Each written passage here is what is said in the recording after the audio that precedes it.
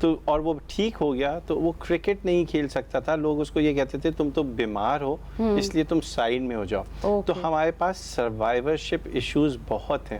ہم ان کو بیمار کر کے ایک طرف کنارے میں بٹھا دیتے ہیں, جبکہ ایسا نہیں ہونا چاہیے, بالکل نہیں ہونا چاہیے. وہ نارمل ہے. بہت سارے لوگ ہیں, آپ دیکھ لیجئے اپنا انڈسٹری میں, ڈرامہ انڈسٹری میں بریسٹ کینسر سے سروائیورز ہیں, میں نام نہیں لوں گا, لیکن وہ اب کام کر رہے ہیں. تو ڈاکٹر صاحب یہ بھی مجھے بتائیے گا کہ جو کینسر کا رسک ہوتا ہے اس کو کس حد تک اور کیسے منیملسٹک رکھا جا سکتا ہے؟ سو دیکھیے, ایک ہوتا ہے جو عام رسک ہے, ٹھیک, اس کے لیے کچھ رسک فیکٹرز ایسے ہیں جو ہمارے کنٹرول میں ہیں, کچھ ایسے رسک فیکٹرز ہیں جو ہمارے کنٹرول میں نہیں ہیں. عورت ہونا ایک رسک فیکٹر ہے, آپ عورت ہیں. بڑھتی ہوئی عمر رسک فیکٹر ہے, عمر بڑھے گی.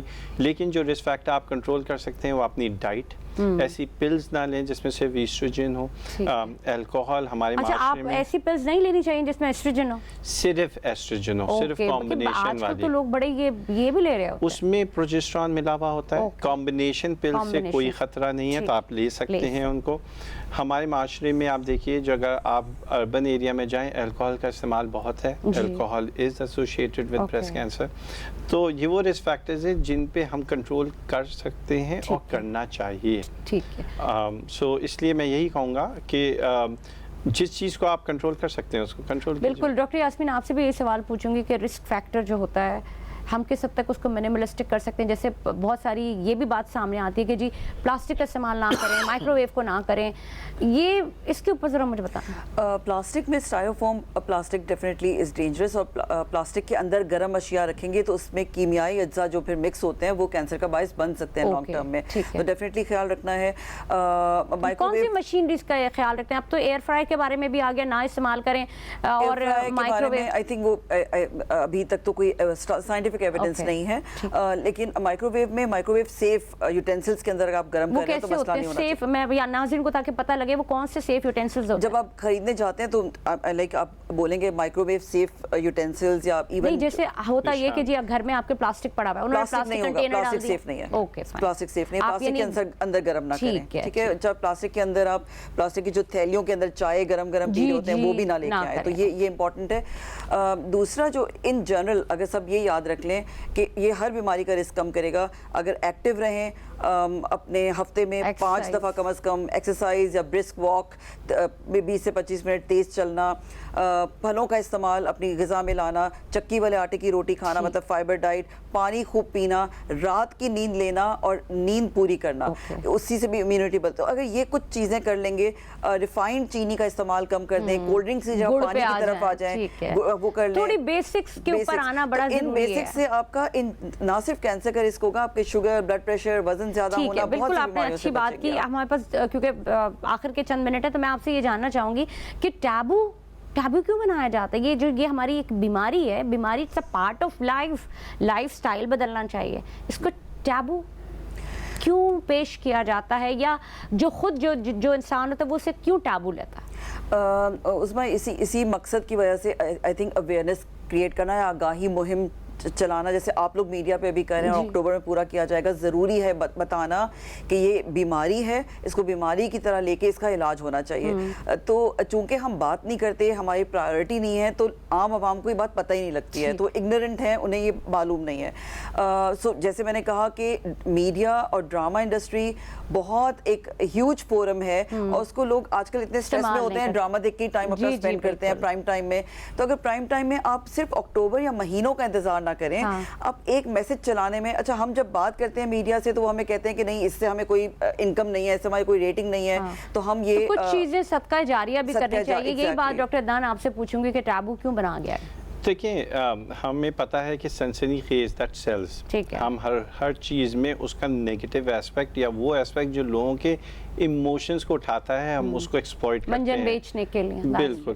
ہم جب جاتے تھے نا شروع میں ٹی وی پہ, تو ہم سے کہا جاتا تھا آپ ایسے پیشنٹس لائیں جو روئیں آن ایئر. ہم نے کہا نہیں, دیکھیں ایسے بھی لوگ ہیں جو ٹھیک ہو جاتے ہیں, تو جو اچھی بات ہے نا اس پہ لوگ رکتے نہیں ہیں. اور ایکچولی ظاہر ہے جو واٹ سیلز از جو لوگوں کی اٹینشن کرتا ہے, تو اس لیے ہم اس کو سنسنی خیز کر دیتے ہیں. کینسر, موت,